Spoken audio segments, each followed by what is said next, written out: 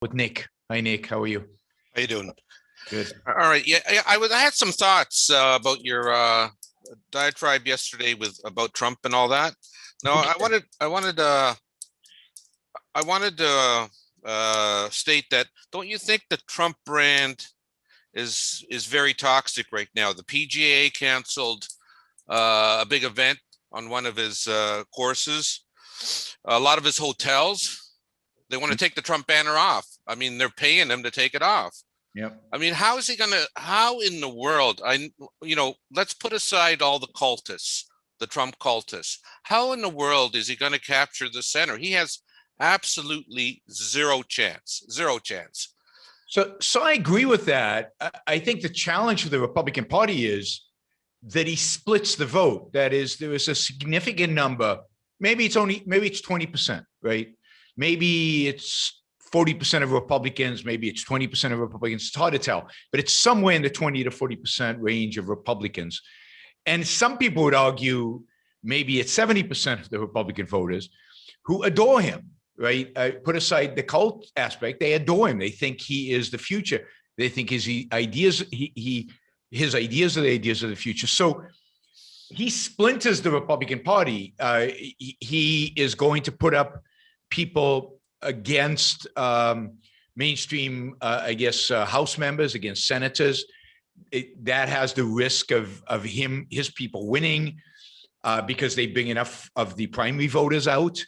And if they win, then they lose to the Democrats and they lose even more seats in the House, or maybe lose more seats in the Senate.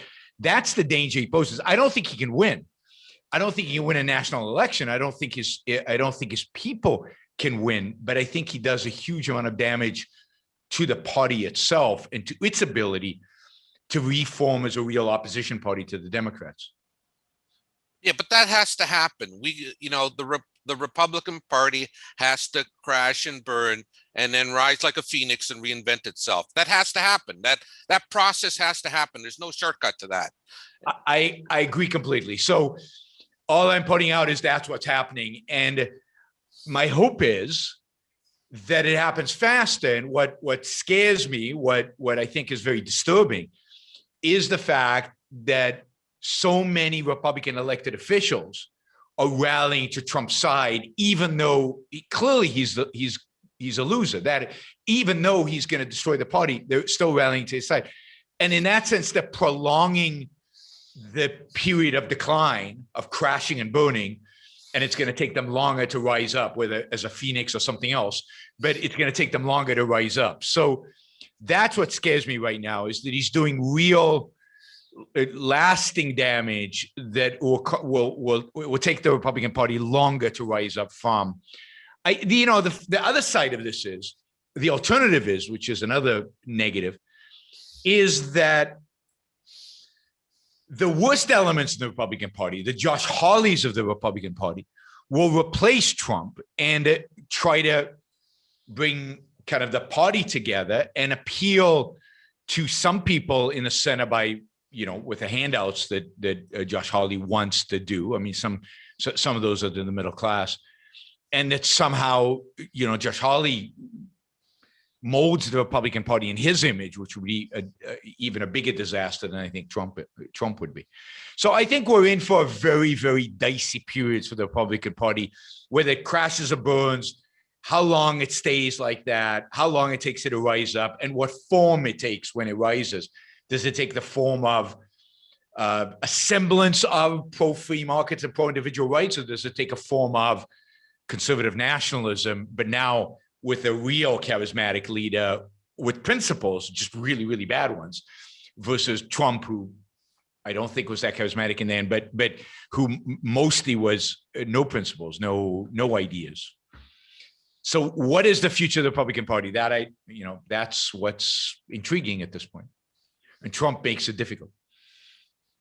But Josh Hawley, I mean, his role in the insurrection on January the 6th really put him in a corner.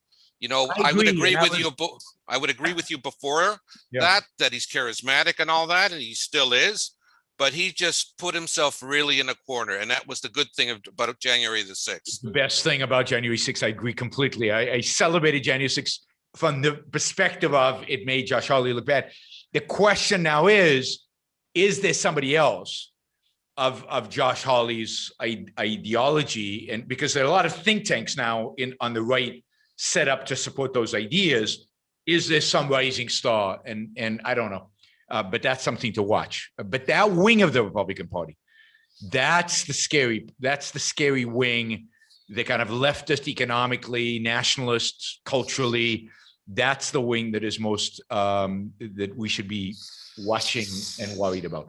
But I hope that, you know, the better people win. I hope that, you know, I think the better people are people like Nikki Haley and Ben Sasse. Although, granted, Ben Sasse is quite religious, but I think of the religious conservatives, he's the smartest, most and more thoughtful and more connected to the founding fathers than any of the others that I know of. And he had the balls to vote for impeachment. So I give him a lot of credit for that, even though he's super conservative in the traditional conservative sense. So we'll see. It's going to be interesting to watch the next 4 years. And I really hope that Trump just collapses. That is, that the whole Trump thing collapses and into a heap of nothing. It will eventually. It'll run out of gas. Yeah, I agree, because it's not ideologically driven, like you said. Exactly. And that can't win. So it's what replaces it that's important. All right, thanks, Nick.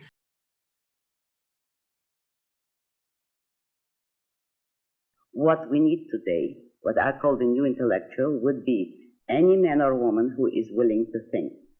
Meaning, any man or woman who knows that man's life must be guided by reason, by the intellect, not by feelings, wishes, whims, or mystic revelations.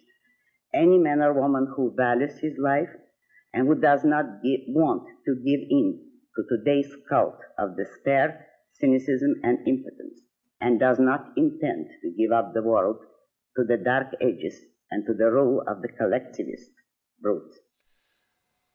All right, before we go on, reminder, please like the show. We've got 163 live listeners right now, 30 likes.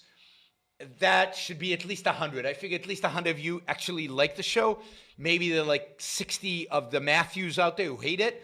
But at least the people who are liking it, you know, I want to see a thumbs up. There you go. Start liking it. I want to see that go to 100. All it takes is a click of a thing, whether you're looking at this. And you know, the likes matter. It's not an issue of my ego.